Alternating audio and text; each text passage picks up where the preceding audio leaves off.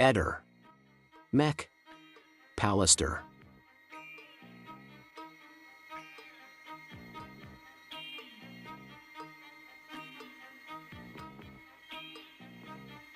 Ieri molti sono rimasti dubbiosi per il fatto che hai detto che Liliana alla spazzatura si rimette i sacchetti nella borsa. Possiamo essere più chiari su questo aspetto? Io vedo nel video i sacchetti che mette dentro nella borsa. Si trattava comunque, credo, di materiale di plastica e carta o vetro, non certo di umido, che si trovava all'epoca a pochi metri da casa. Anzi, l'umido continua a trovarsi a pochi metri da casa. Quindi tu ti riferivi a dei sacchetti puliti e questo quindi ci starebbe. Il dubbio resta però per il fatto che avrebbe avuto poco tempo per riporli nella borsa da quanto si vede nel video. Beh, non credo che ci voleva tanto per metterli nella borsetta. Questa comunque è una mia opinione. E certamente non si trattava di sacchi neri e neanche di quelli della Conad, quelli sottili della verdura. Ok, quindi intendevi quelli colorati della differenziata. Appunto. Sì, la cosa importante qui è specificare che tu non intendessi i sacchi neri. Onestamente mai mi è passato per la testa che si trattasse di sacchi neri. Basta vedere le immagini. Anzi, a me sembra addirittura che davanti alla caserma avesse anche una scatola tipo panettone. Non lo so, le immagini non sono molto nitide. Se ti ricordi feci proprio un video in cui facevo vedere questo dettaglio, anche se quella scatola più che di un panettone sembrava di un pandoro. Poi però quando si videro le immagini in alta definizione ebbi l'impressione che effettivamente fossero dei sacchi della spazzatura. Sì, in effetti anche per me lo era. Poi all'immondizia, prima di rimettersi in cammino, controlla qualcosa nella borsa e va avanti. Sì, che in quel video la si veda frugare nella borsa è palese, quindi secondo te è quello proprio il momento in cui Liliana poserebbe i sacchetti nella borsa? Questo è il mio pensiero, ma onestamente non vedo a cosa porti questa cosa. Beh, il senso è abbastanza evidente, molti hanno pensato che tu a un certo punto quella mattina l'hai raggiunta e nel raggiungerla hai notato questi sacchi all'interno della sua borsa. I sacchetti al ritrovamento non li aveva. La gente proprio è ottusa. Le persone come alcuni programmi, sì c'è qualcuno ottuso ma molti sono anche in palese malafede. Ho spiegato chiaramente che sono io che avviso gli inquirenti che sono dietro a lei. Se pensi, al 29 dicembre loro scrivono: dopo accurate analisi non si riconosce Lilly nelle telecamere. Domani desidero scrivere da Angolo a Piazzale Gioberti, perché se non ricordo male, gli inquirenti avevano scritto che lei camminava a sinistra non sul marciapiede dal lato della fruttivendola. Sì, questo è un aspetto molto strano perché loro non dovevano guardare 60 giorni di video, allora dici è normale che possa sfuggire un frame, dovevano guardare solo poche ore, tra l'altro Liliana passa proprio nel momento in cui sarebbe logico pensare che lei passi, eppure non la vedono. In seguito vanno a cercare e lei sbuca come per miracolo. Eppure in quelle immagini in cui lei viene ripresa possiamo dire che se non è in primo piano poco ci manca. Mi piacerebbe che una volta tu rimarcassi il fatto che il telefono o l'auto possono essere in mano diverse. L'auto parcheggiata in via Giulia. Hanno controllato le telecamere dell'autobus prima e dopo per vedere se qualcuno saliva e a che ora era arrivata lì l'auto e a che ora se n'era andata. Io, se fossi in te, rimarcherei anche le sue prime dichiarazioni, dove lui dice che ha parcheggiato vicino Barcola. Se volessimo attenerci a questo, lui poi alle 9.03 non potrebbe essere in via Carducci. Quindi, oggi qual è la versione giusta? Agli inquirenti disse anche che non ricordava dove avesse parcheggiato, ricordi? Sì, ho ripreso il discorso di Barcola non molti giorni fa, ricordando ancora una volta che da lì c'è un autobus che va direttamente in piazzale Gioberti. A quale versione credere? Io penso sempre che bisogna credere sostanzialmente alle prime, perché sono quelle non corrette e non aggiustate. Infatti, giorno 5 mattina Lilli è da qualche parte, qui vicino. La moto? Sì, obiettivamente se la macchina di Sebastiano e magari anche lo stesso cellulare di Sebastiano quella mattina fosse stato in uso a qualche altra persona, molte cose avrebbero trovato più facilmente soluzione. E poi quello che mi rimane sullo stomaco è che lui nella denuncia dice della borsetta che è sicuro che è uscita con borse e chiavi. Lo dice lui. Poi successivamente dice che la borsa è quella con le mappe. Effettivamente lui inizialmente disse queste cose, quindi o è la verità o ritenne allora che fossero affermazioni più funzionali per il suo piano. Poi però qualcosa deve essere cambiata, allora lui ha dovuto ritoccare quelle versioni ed è andato in totale confusione.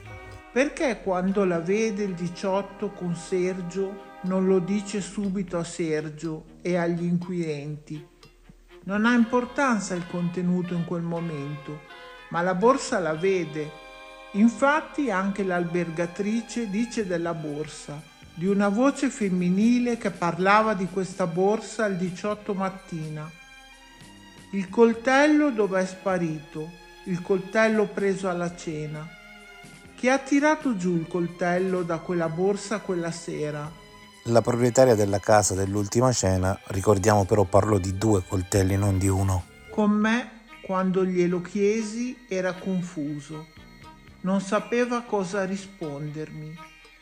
A me avevano detto che il coltello era uno, ma non è importante. Nella SIT la proprietaria della casa dell'ultima cena parla di 2 coltelli ed è importante perché poi 2 coltelli non taglienti saranno portati alla Galleria Rossoni.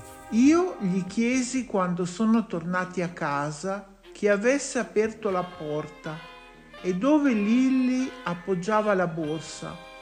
Lui al solito era confuso, ma ragiona. Se lui da che Lilli è uscita con la borsa e contenuto, vuol dire che Lilli la teneva sempre in un posto specifico. E la stessa cosa vale per le chiavi, perché è lui che dice che queste sono di riserva, ma Lilli nella bacheca ha tutte le targhette. E poi a Sit una volta dice che le teneva nella scatola e una volta dice nella bacheca. Lui dice che ha preso quelle di riserva, ma lei era troppo precisa. Come mai quella mattina non gli ha telefonato fra un topolino e l'altro per chiedergli che avesse aperto la porta la sera prima, oppure per chiedergli se avesse visto le sue vere chiavi? Se lei quella mattina sostituisce la borsa, quella con le mappe diventerà la prima della pila di borse. La borsetta viene messa in casa, chi tira fuori il coltello? Lui quella volta mi disse che forse lo avevano lasciato in macchina. Dopo 6 giorni non lo ricorda? Ma lui dice che non mette mai le mani. A Sit dice che le chiavi una volta lei le posa nella scatola e una volta in bacheca. Ma come si può accettare? La borsa sicuramente la mette sempre nello stesso posto, visto che dichiara che è uscita con la borsa. Quindi, come vuol far capire lui, la borsa con le mappe al suo rientro non c'è più. Per quanto mi riguarda, le chiavi dovrebbero essere appese alla porta di entrata. Ma visto che non sa nulla di quella casa, come fa a dire che quelle sono di riserva, se tutte le altre hanno la targhetta? E noi come facciamo a sapere se gli inquirenti hanno controllato l'anno di produzione delle chiavi? Infatti non credo che gli inquirenti abbiano controllato l'anno di produzione delle chiavi. Leggendo le carte sembra abbiano giusto provato se aprivano il portone della palazzina e poi proprio l'ingresso dell'abitazione. Noi dobbiamo alla fine basarci su quello che lui ci racconta. Topolini, lavatrice, pressione, colazione, poi no colazione, felici e poi non felici. Ma al di là di tutto, infatti Sebastiano forse doveva essere indagato proprio perché fornendo 100 versioni non ha permesso a nessuno di capire cosa realmente sia accaduto il 14 dicembre. Se la prende con Claudio, ma perché non racconta lui veramente com'è andata quella mattina? Generalmente lui tira in ballo Claudio Sterpin quando riceve domande scomode, quindi fa così per distogliere l'attenzione su se stesso. Poi dobbiamo dire che quando riceve delle domande particolarmente fastidiose e non riesce a girare intorno perché magari il conduttore lo incalza, a questo punto si arrabbia e dice che se ne va. Ad esempio l'altra sera a R3 ha ricevuto alcune domande impegnative e lì si è visto palesemente che davanti a questo tipo di domande dirette non può più aprire bocca, non può più rispondere, insomma ha fatto veramente una gran figuraccia. Lo ha fatto anche con me, soprattutto quando lo attacchi e non hai paura di lui. Sì, lui attua queste strategie quando va in difficoltà. Ad esempio a me mi bloccò su Facebook già a gennaio 2022. È molto avanti perché lì io stesso non capii come aveva fatto già a trovarmi ed a identificarmi. Per la verità, penso che anche a me mi ha bloccato in quel periodo. Quanta strada ho fatto! Il 23 dicembre dice: ho chiesto alla mia amica di scendere, poi ancora un poco e dirà quella là, come ha fatto poi con Laura Grassi, alla quale ha detto: chi è Laura? Vergognoso. Speriamo bene. Eh sì, speriamo assolutamente bene. Ehi, non dimenticare di iscriverti a questo canale.